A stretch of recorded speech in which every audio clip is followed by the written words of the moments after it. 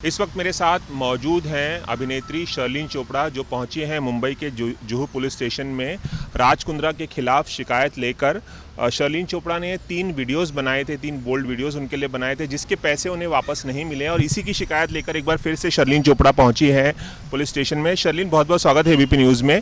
पहले आप शिकायत दर्ज करा चुके हैं कि आपने जेएल स्ट्रीम के लिए 3 वीडियोज़ बनाए थे। क्या है पूरा मामला, एक बार फिर से बताइए, और अभी आपने क्या शिकायत की है? जी देखिए, मैं जुहू पुलिस चौकी आई थी 14 अप्रैल 2021 के दिन। उस समय आई थी मैं राज कुंद्रा के ख़िलाफ़ यौन शोषण की शिकायत दर्ज करवाने। दर्ज करवा कर मैं यहाँ से गई।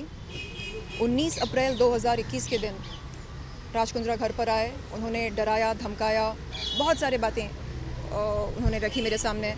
ऐसा करोगी तो ऐसा होगा, ऐसा नहीं करोगी तो ऐसा नहीं होगा, dos and don'ts, permutations, combinations. और एक कॉन्टैक्ट नंबर दिखाया अपने फ़ोन पर, कहा कि ये बंदा डी कंपनी को एक कॉल करेगा ना, तुम्हारी जान गई। अच्छा। करियर गया। अब बोलो क्या करना है। तो आप ये सनसनीखेज दावा कर रहे हैं कि जब आपने पुलिस कंप्लेंट की और पैसे मांगे तो उन्होंने डी कंपनी? उस समय तो पैसे नहीं मांगे थे ना। उस समय यौन शोषण का केस चल रहा था। तो तब दबाव बनाकर मुझ पर डरा धमका कर वापस भेजा। अगले ही दिन बोला जाओ केस वापस ले लो। अच्छा। और मैं डर के मारे आई। एक सिंगल वुमन को आप डी कंपनी के फ्रंटमैन का नंबर दिखाते हो, बोलते हो ये ऐसा कर देगा, वैसा कर देगा। तो क्या नाम था उस शख्स का जो डी कंपनी का था आपका? जो है उसका नाम रंजीत बिंद्रा। रंजीत बिंद्रा जी। और तब मुझे कुछ समझ में नहीं आ रहा था। चुपचाप जैसा कहा गया वैसा ही मैं करती गई। उसके बाद उन्होंने कहा कि चलो ठीक है, एक काम करो, मेरी जो दूसरी कंपनी है जेएल स्ट्रीम प्राइवेट लिमिटेड, उसके साथ जुड़ जाओ। शमिता जुड़ी है, शिल्पा भी जुड़ी है, तुम भी जुड़ जाओ। एक अच्छा सा फैमिली सेटअप हो जाएगा। ये मामला रफा दफा करने के लिए उन्होंने कहा, यौन शोषण वाला, और उन्होंने आपको 3 वीडियोस के ऑफर दिए जेएल स्ट्रीम के लिए। जी। और तब शिल्पा से बात करवाई और शिल्पा ने कहा कि शर्लिन, ना, मेरे पति शक्ति कपूर नहीं हैं। और मैं मनी मन कह रही थी हाँ, फिल्मी शक्ति कपूर के बाप हैं। तो कहा कि अलग अलग वेंचर्स करते हैं, ये मैं ज़्यादा इंटरफेयर नहीं करती हूँ, कुछ चलते हैं कुछ नहीं चलते हैं, ना हाउ इट इज़। ये किस सिलसिले में बात हो रही थी आपकी शिल्पा शेट्टी? स्ट्रीम के बारे में, वीडियोस के लिए 3 वीडियोस बनाने। जी। और ये यौन शोषण का जो केस उस समय चल रहा था। तो उसके बाद यानी लगातार 10 महीने मुझको चेस करते रहे जेएल स्ट्रीम के लिए। 29 सितंबर 2020 से लेकर जून 2021 तक। फाइनली मैंने कहा चलो ठीक है, आप कह रहे हैं कि सेफ़ है, न्यूड वीडियोस नहीं होंगे इसमें, ठीक है। तो 29 जून 2021 के दिन मड आइलैंड के एक बंगलो पर मैंने उनके लिए 3 वीडियोस शूट किए, एक इंट्रोडक्टरी वीडियो शूट किया। आज तक जो कमिटमेंट उन्होंने दी थी, जो म्यूचुअल अंडरस्टैंडिंग थी हमारी कंसिडरेशन को लेकर, उसमें से एक पैसा भी नहीं मिला। कितने पैसे थे 3 वीडियोस के? बात ये हुई थी कि हर वीडियो का मुझको कम से कम 16 लाख रुपए दिए जाएंगे। कुल मिलाकर 48 लाख।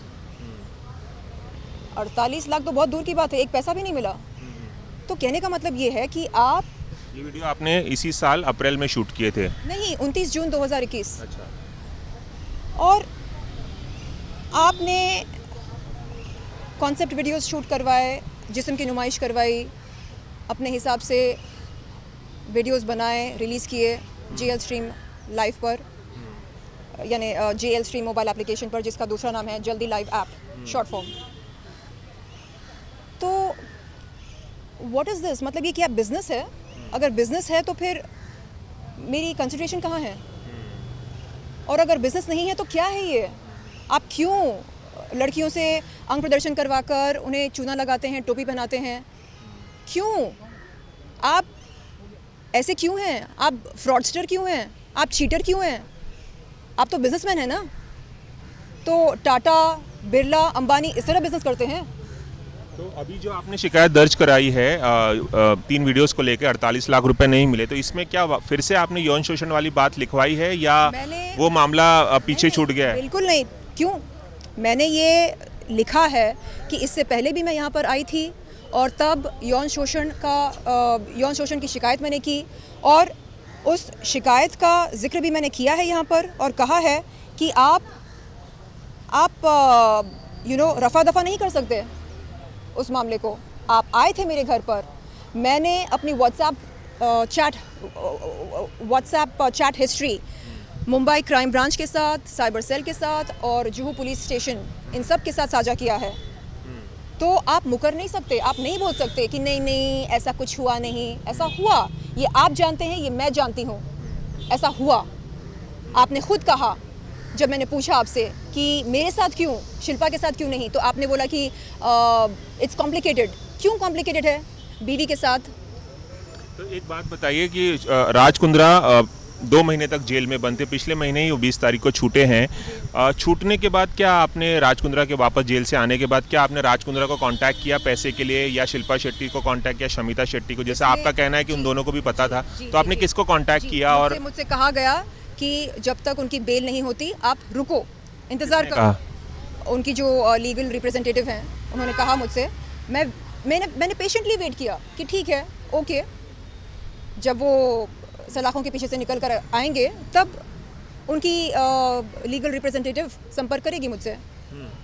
अच्छा। लेकिन नहीं, मतलब जब मैंने कहा कि बात नहीं हुई राज कुंद्रा से, शिल्पा से या शमिता, किसी से? नहीं, मैंने उनके सेलफोन पर कॉल किया, शायद उनका सेलफोन मुंबई क्राइम ब्रांच के पास होगा, कोई रिस्पांस नहीं मिला मुझे।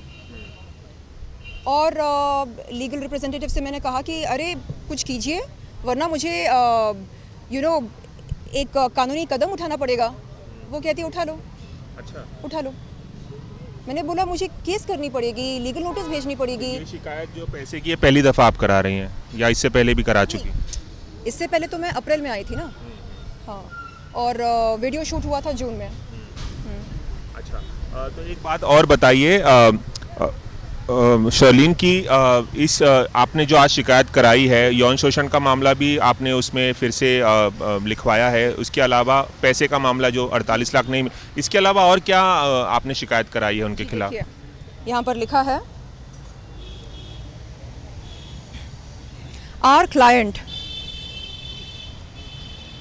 Our client states that you have induced her to work for JL Stream mobile application without paying lawful consideration for the same, thereby causing wrongful loss to our client and wrongful gains for yourselves.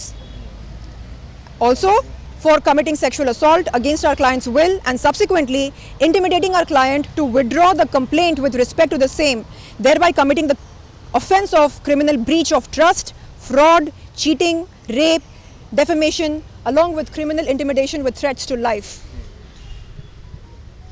तो अभी आखिरी सवाल आपसे कि जब तक आपके पैसे नहीं मिल जाते हैं और जब तक पुलिस कोई एक्शन नहीं लेती तब तक? पैसों की नहीं है बात, सिर्फ पैसों की नहीं है बात, उसूलों की है। आपने बार बार लगातार मुझको चूना लगाया, टोपी पहनाई, चीटिंग की, फ्रॉड किया मेरे साथ। आपने मुझे डराया, धमकाया, अंडरवर्ल्ड की धमकी दी। तो बात सिर्फ पैसों की नहीं है। तो अगर ये आउट ऑफ कोर्ट सेटलमेंट की बात करते हैं राज कुंद्रा और पैसे आपके दे देते तो आप मामला वापस ले लेंगी? आउट ऑफ कोर्ट सेटलमेंट क्यों? नहीं, आपको तो फुल आपको भरोसा है ना खुद पर, तो चलिए कोर्ट ऑफ लॉ में चलते हैं, देखते हैं कि किसके हित में मेरिट्स हैं।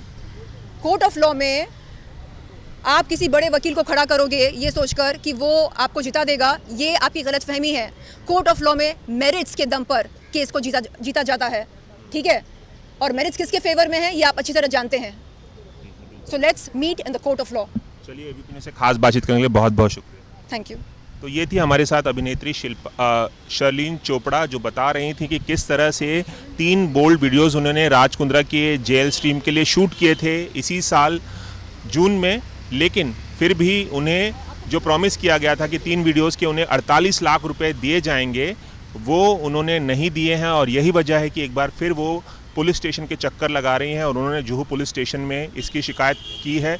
और साथ ही यौन शोषण का जो 2 साल पुराना मामला है सेक्सुअल असॉल्ट का, वो भी उन्होंने शिकायत दोबारा कराई है। कैमरामैन रवि पांचाल के साथ रवि जैन, एबीपी न्यूज़, मुंबई।